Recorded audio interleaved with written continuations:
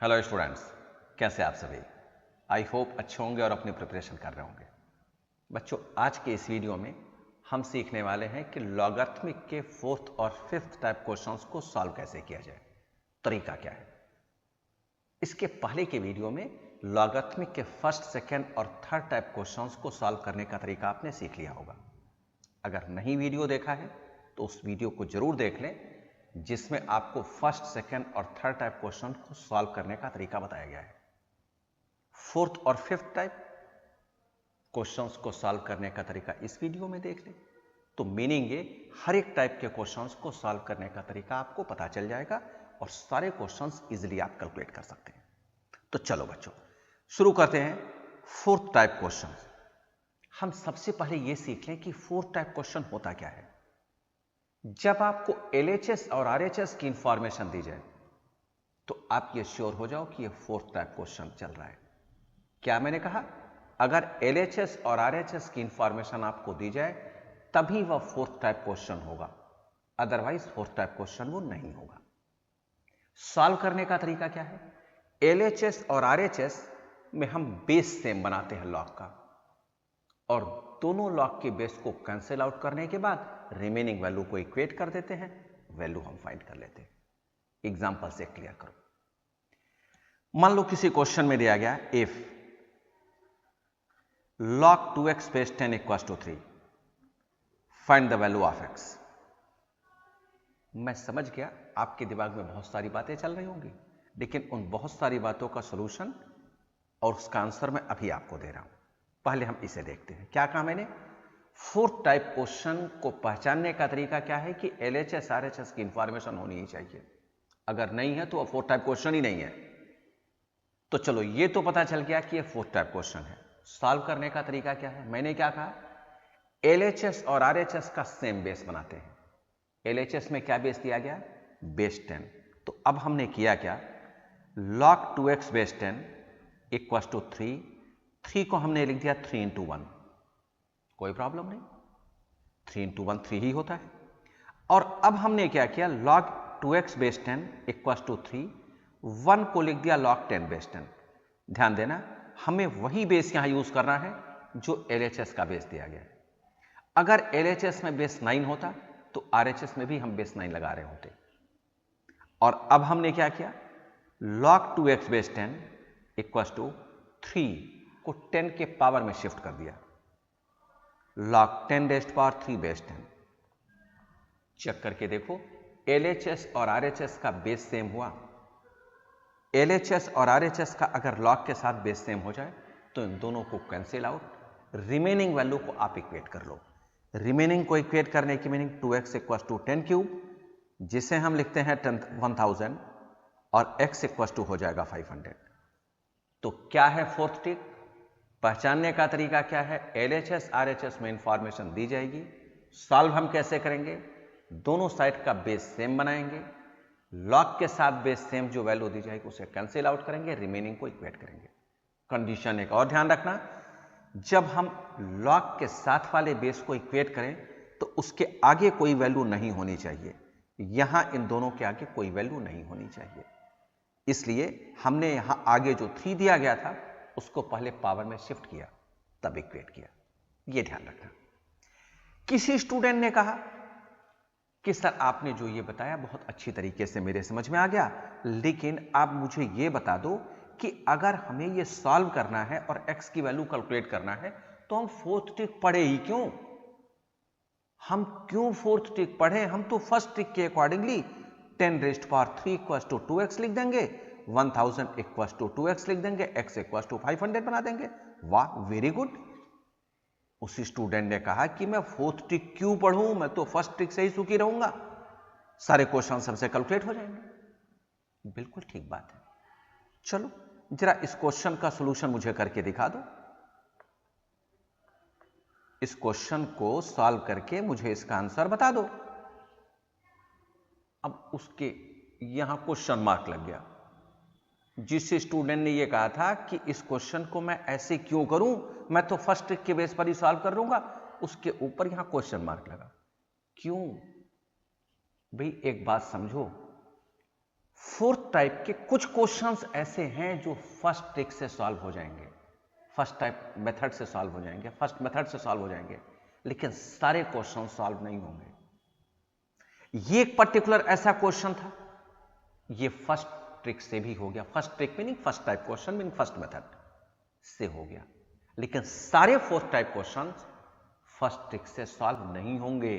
इसीलिए आपको fourth trick, fourth type question को सॉल्व करने का तरीका सीखना ही चाहिए, जिससे आप सारे क्वेश्चंस कैलकुलेट कर सके इस तरह के। अगर आपको लगता है कि इसमें फर्स्ट ट्रिक लग जाएगा, लगा दो, कोई दिक्कत नहीं है, लेकिन आपको फोर्थ ट्रिक सीख लेना चाहिए, क्योंकि सारे फर्स्ट ट्रिक से सॉल्व नहीं होंगे। देखो अब ये कैसे सॉल्व हो, हमसे कहा क्या इवेल्युएट, सिंपलेस्ट फॉर्म इसका बताओ वेरिएबल्स के फॉर्म में, तो कैसे करेंगे? अब जरा देखो, ये एलएचएस की अगर हम बात करें तो ये log m plus log n है, बेस सेम है, तो हम log m plus log n क्या लिखते हैं? log m into n। ठीक बात है। 0 को क्या हम ये लिख सकते हैं log 1 बेस ही?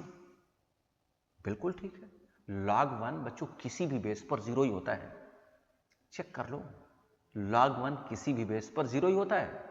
बेस 10 वाले फार्मूले से कन्वर्ट करके देख लो, कोई टेंशन नहीं। देखो हमें क्या दिया गया है? log 1 बेस ही। अगर हम बेस 10 के अकॉर्डिंगली कन्वर्ट करें तो log 1 base 10 divided by log e base 10, और log 1 बेस 10 पर तो 0 ही होता है, और 0 बाई समथिंग 0 होता है, तो इसकी मीनिंग ये बिल्कुल ठीक है। अच्छा जी, भाई अब तो LHS RHS log base e बन गया, अब तो दोनों कैंसिल आउट करके वेरिएबल को इक्वेट कर दो, तो क्या लिख लोगे? x 1 plus x equal to 1, और इसे लिख सकते हो x plus x square minus 1 equal to 0, या और अच्छी तरह से सिंप्लीफाई कर लो, x square plus x minus 1 equal to 0। ये एग्जाम का क्वेश्चन है, तो मीनिंग क्या है? फोर्थ ट्रिक आपको आना ही चाहिए। चलो बच्चों, अब हम चलते हैं फिफ्थ टाइप क्वेश्चन पर। ये जो ट्रिक मैं कह रहा हूं वो टाइप क्वेश्चन आप समझो। Fifth type question, fifth type question को पहचानेंगे कैसे? जब लॉग के साथ बेस में रूट की इंफॉर्मेशन दी जाए, लॉग के साथ बेस में रूट की इंफॉर्मेशन दी जाए, जैसे log 16 base root 2, fifth type question है। किसी को दूसरे एग्जांपल में कहा गया log 1728 base 2 root 3, fifth type question है। तो ऐसा कोई भी क्वेश्चन अगर आपको दिया जाए, log, मान लो कोई एक और क्वेश्चन दे दिया गया, इसको मैं एक छोटी सी कैलकुलेशन के बाद आपको बताऊं, 19683 बेस 3 रूट 3। तो जब भी बेस में रूट की इंफॉर्मेशन दी जाए, आप तुरंत ये श्योर हो जाओ कि ये फिफ्थ टाइप क्वेश्चन चल रहा है। सॉल्व करने का तरीका क्या है समझो, फिर ट्रिक सीखेंगे। सबसे पहले आप इस वैल्यू को देखो, 16 को चेक करो, 16 रूट 2 के कितने मल्टीपल फॉर्म में आता है? 16 रूट 2 के कितने मल्टीपल फॉर्म में आता है? अच्छा उसे भी छोड़ो, 2 के कितने मल्टीपल फॉर्म में आता है? 2 के 4 टाइम्स मल्टीपल फॉर्म में आता है। 2 इंटू 2 इंटू 2 इंटू 2, 2 2 जा 4, 2 जा 8, 2 जा 16। तो अगर बच्चों 2 के 4 टाइम्स मल्टीप्लिकेशन फॉर्म में आ रहा है, तो रूट 2 के कितने टाइम्स आ रहा होगा? कितने टाइम्स आ रहा होगा? 8 टाइम्स आ रहा होगा। तो क्या यह लिखा जा सकता है log root 2 raise to power 8 base root 2? Root 2 के 8 टाइम्स मल्टीपल फॉर्म में आया, और जब लॉग की वैल्यू के साथ कुछ पावर में होता है तो पावर वाली वैल्यू कहां जाती है? फ्रंट पर आ जाती है। तो हम इसे लिख सकते हैं log 2 root 2, sorry root 2 base root 2, और मल्टीपल फॉर्म में 8 लिख दिया। और रूट 2 बेस रूट 2, लॉग की कोई भी वैल्यू उसी बेस पर तो 1 के इक्वल होता है, तो फाइनली आंसर क्या आ गया? 8 आ गया। चलो भाई एक शॉर्टकट ट्रिक सीखते हैं। शॉर्टकट ट्रिक क्या है, ध्यान से समझो। जो भी बेस में रूट की इंफॉर्मेशन दी जाए, कभी भी बेस में जो भी रूट की इंफॉर्मेशन दी जाए उसको 2 बार मल्टीप्लाई कर लो।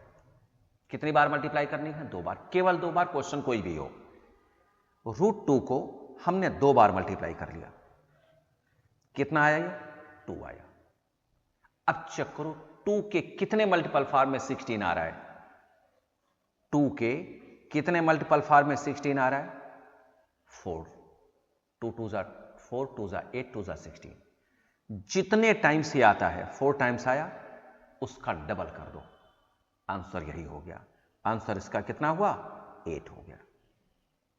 बड़ा आसान सा तरीका, पूरी कैलकुलेशन करने की जरूरत ही नहीं है। चेक करके देखो, सॉल्यूशन से भी हमें आंसर वही मिला है। एक और एग्जांपल से क्लियर करो। मैं समझ गया आपको भी 50% ही समझ में आया, कोई टेंशन नहीं, 100% उसको बनाते हैं। अब ये दूसरे एग्जांपल की अगर हम बात करें, log 1728 बेस 2√3। क्या मैंने कहा? 2√3 को 2 बार मल्टीप्लाई कर लो। जब बेस में रूट की इंफॉर्मेशन दी जाए तो 2 बार मल्टीप्लाई करना होता है। चेक करके देख लो कितना आई है, 12 आया भाई।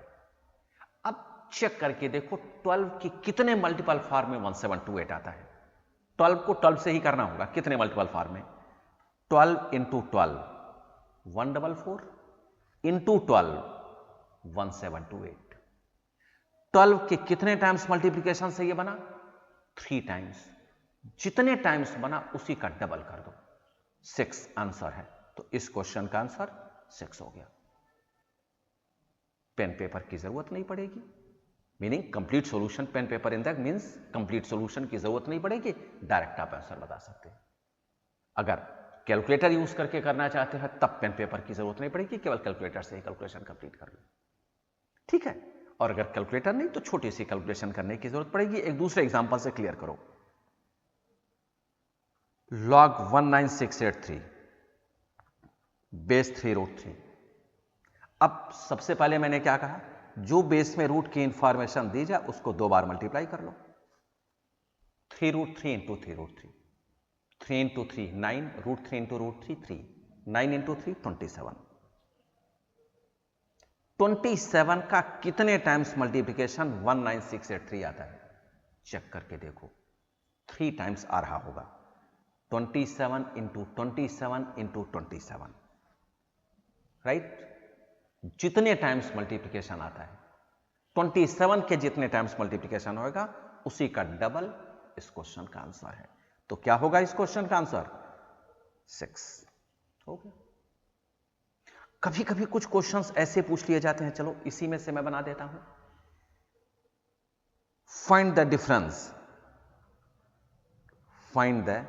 Difference between log 1728 base 2√3 and log 19683 base 3√3। अब जरा समझो, अगर ये ट्रिक आपको पता नहीं है तो देखने से क्या लग रही है, इतनी भयानक कैलकुलेशन कहां से होगी? 2√3 3√3 जरूर कुछ कॉमन होगा, इधर उधर कुछ करेंगे। अरे भाई बड़ा सिंपल सा तरीका है, इसी ट्रिक के बेस पर कैलकुलेट करो और इस ट्रिक के अकॉर्डिंगली इस क्वेश्चन का आंसर 6, इस क्वेश्चन का भी आंसर 6, दोनों हम अलग अलग कैलकुलेट कर चुके हैं। और 6 माइनस 6 क्या होता है? 0 हो गया, काम खत्म, ठीक है ना। तो ट्रिक या मेथड जानने का एक बेनिफिट ये मिलेगा कि हम क्वेश्चन देखते ही ये समझ जाएंगे कि हमें करना क्या चाहिए। और अगर हमें ये समझ में आ गया फिर तो हम सारे क्वेश्चंस इजीली सॉल्व कर सकते हैं, ठीक है। चलो बच्चों कुछ और सीखते हैं, देखो नॉर्मल जो लॉगरिथमिक के प्रॉपर्टीज होते हैं वो तो वही हैं जो मैंने आपको बताया, जो इसके पहले के फर्स्ट, सेकंड और थर्ड मेथड के साथ हमने डिस्कस किया था वही है। लेकिन कुछ एक और प्रॉपर्टीज है वो भी यूज किए जाते हैं। अब क्योंकि लॉगरिथमिक पूरा आप पढ़ने वाले हैं तो सब कुछ सीख लो, ठीक है ना, सब कुछ सीख लो। चलो जरा देखें, 3 प्रॉपर्टीज हम और पढ़ने वाले हैं। पहली प्रॉपर्टी क्या है? A raise to power log b base a, a raise to power log b base a, meaning log की कंप्लीट वैल्यू किसी एक के पावर में है। log की कंप्लीट वैल्यू क्या है? किसी एक के पावर में है। तो जब भी ऐसी कोई भी इंफॉर्मेशन दी जाए, ध्यान से समझो, ओरिजिनल बेस और log का बेस अगर ये दोनों इक्वल हैं तो दोनों को कैंसिल आउट करके आप डायरेक्ट इसका आंसर बी लिख सकते हो। ये प्रॉपर्टी होती है, ये प्रॉपर्टी है। कंडीशन क्या है? ओरिजिनल बेस और log का बेस दोनों क्या होना चाहिए? सेम होना चाहिए। और उस केस में कैंसिल आउट करके डायरेक्ट आप वैल्यू लिख सकते हो। एग्जाम्पल से क्लियर करो। मान लो किसी क्वेश्चन में हमसे कहा गया 25 रेस्ट पावर log 4 बेस 5। अब हमें क्या ध्यान देना है? हमें ध्यान यह देना है कि जो ये ओरिजिनल बेस है 25 और जो log का बेस है ये दोनों सेम होने चाहिए। यहां तो सेम नहीं है, तो अब हमने क्या किया, 25 को लिख दिया 5 का स्क्वायर log 4 बेस 5। अभी भी कोई प्रॉब्लम नहीं। हम ये जानते हैं कि जो log के फ्रंट पर होता है वो log की वैल्यू के पावर में चला जाता है, log m rest power n n log m। तो 5 रेस्ट पावर log ये 2 4 के पावर में चला जाएगा और बेस बचेगा 5। भाई अब तो दोनों का बेस सेम हो गया, ओरिजिनल बेस log का बेस सेम हुआ। अब तो ये फर्स्ट प्रॉपर्टी के जैसे हो गया, ये जो फर्स्ट प्रॉपर्टी हमने नाम दिया है। तो अब आंसर क्या आपको मिलेगा, 5 5 एक दूसरे से कैंसिल आउट, बचा 4 स्क्वायर, आंसर हुआ 16। यह आप कहीं भी यूज कर सकते हैं, इस तरह का कोई क्वेश्चन दिया जाए उसे सॉल्व कर सकते हैं। दूसरी property, a rest power log b base c। अगर कोई log की वैल्यू किसी एक बेस के पावर में है, मीनिंग log की कंप्लीट वैल्यू किसी एक के पावर में है, उस केस में ओरिजिनल बेस और log की वैल्यू दोनों एक दूसरे में आप चेंज कर सकते हैं। क्या कहा मैंने, ओरिजिनल बेस और log की वैल्यू, तो इसे हम लिख सकते हैं b rest power log a base c। ये प्रॉपर्टी है, जब चाहे जहां चाहे इस तरह के क्वेश्चन में आप अप्लाई कर सकते हैं। वेरीफाई कर लेते हैं, एक एग्जांपल से चेक कर लेते हैं। अभी हमने यूज किया 25 रेस्ट पावर log 4 बेस 5 और इसका आंसर हमने सॉल्व किया 16 आया। चलो भाई ठीक है, हम इसी को सॉल्व करके देखते हैं। अब इस प्रॉपर्टी के अकॉर्डिंगली 4 और 25 आपस में चेंज किए जा सकते हैं। 4 को 25 के जगह पर और 25 के जगह पर 4, ठीक है ना, तो यह हमने लिख दिया। और अब अगर LHS वाले पार्ट का आंसर 16 आया है तो प्रॉपर्टी को जो हमने सिंप्लीफाई करके लिखा है प्रॉपर्टी के अकॉर्डिंगली, उसका आंसर भी 16 आना चाहिए, तभी तो दोनों वेरीफाई हुए, तभी तो दोनों सेम हुए, ठीक है ना। तो अब हमने क्या लिखा इसे जरा समझो। इस 25 को हमने लिख दिया 5 रेस्ट पावर 2 बेस 5 और जो पावर 2 है वो फ्रंट पर आ गया। फ्रंट पर आने पर क्या लिखा जाएगा, 2 log 5 बेस 5 और log 5 बेस 5 क्या होता है, 1 होता है। बचा क्या, 4 स्क्वायर, क्या लिखा 16। क्या दोनों मैच नहीं किए? इसके मीनिंग ये प्रॉपर्टी सही है, हम LHS की वैल्यू को RHS में कन्वर्ट कर सकते हैं, RHS के जैसा लिख सकते हैं इस प्रॉपर्टी के अकॉर्डिंगली, सेकेंड प्रॉपर्टी के अकॉर्डिंगली सही है। चलो भाई थर्ड प्रॉपर्टी की बात कर लेते हैं। Third, a rest power log c base a plus 1। a rest power log c base a plus 1। अगर ऐसी कोई इंफॉर्मेशन है, इंफॉर्मेशन में नहीं, चेक कैसे करेंगे, ओरिजिनल बेस और ये log वाले c के साथ बेस ये दोनों सेम होना चाहिए और उस केस में डायरेक्ट आप इन दोनों का multiplication meaning c into a लिख सकते हैं। हो सकता है ये थोड़ा कम समझ में आया हो, चलो भाई वेरीफाई कर लेते हैं। ये प्रॉपर्टी तो है, अभी हम क्वेश्चन देखेंगे, लेकिन उससे पहले इसे वेरीफाई करते हैं कि ये आया कैसे। चलो भाई log c base a plus 1 को हम क्या log की किसी भी वैल्यू के साथ सेम बेस नहीं बना सकते हैं? log 2 base 2, log 3 base 3, log 10 base 10, सभी 1 ही तो हैं। हमने इसे लिख लिया log a बेस a। जरा चेक करो, कोई कंफ्यूजन तो नहीं यहां तक? बिल्कुल ठीक है। अच्छा जी, a rest power log m plus log n है। log m plus log n को क्या लिख सकते हो, log m into n base a, same base, log m plus log n log m into n। अब जरा देखो फर्स्ट प्रॉपर्टी क्या है, ओरिजिनल बेस और log का बेस दोनों सेम नहीं है, तो क्या इसका आंसर CA नहीं हुआ? और वही तो हमने लिखा भी था। ठीक है, तो आप अगर वेरीफाई करना नहीं चाहते हैं तो डायरेक्ट इन दोनों का मल्टीप्लिकेशन, जिसे मैं अभी हाईलाइट कर रहा हूं, लिख सकते हैं। एग्जाम्पल से क्लियर कर लो। एक एग्जाम्पल से क्लियर करो। मान लो मैंने किसी क्वेश्चन में आपसे पूछा 10 raised power log 5.8 base 10 plus 1, इसका आंसर क्या होना चाहिए? भाई ओरिजिनल बेस और लॉग का बेस दोनों सेम है, तो उस केस में डायरेक्ट इन दोनों का मल्टीप्लिकेशन, जिससे मैं हाईलाइट कर रहा हूं, वही आपका आंसर है। तो आंसर क्या मिला? 58 मिल गया। 5.8 इंटू 10। एक दूसरा एग्जांपल, मान लो मैंने कहा 5.8 raised to power log 10 base 5.8 plus 1, इसका भी आंसर क्या होना चाहिए? लॉग का बेस और ओरिजिनल बेस दोनों सेम है, तो इनडायरेक्ट जिससे मैं हाईलाइट कर रहा हूं, उन दोनों का मल्टीप्लिकेशन आपका आंसर है। तो इसकी मीनिंग इस क्वेश्चन का आंसर भी 58 है। बच्चों, लॉगरिथमिक के जितने क्वेश्चंस बनते हैं वह उन 5 मेथड्स पर बेस्ड बनेंगे, 5 टाइप्स क्वेश्चंस पर, या इन 3 प्रॉपर्टीज के बेस पर क्वेश्चंस बनेंगे। यहां आपका logarithmic full and final complete है।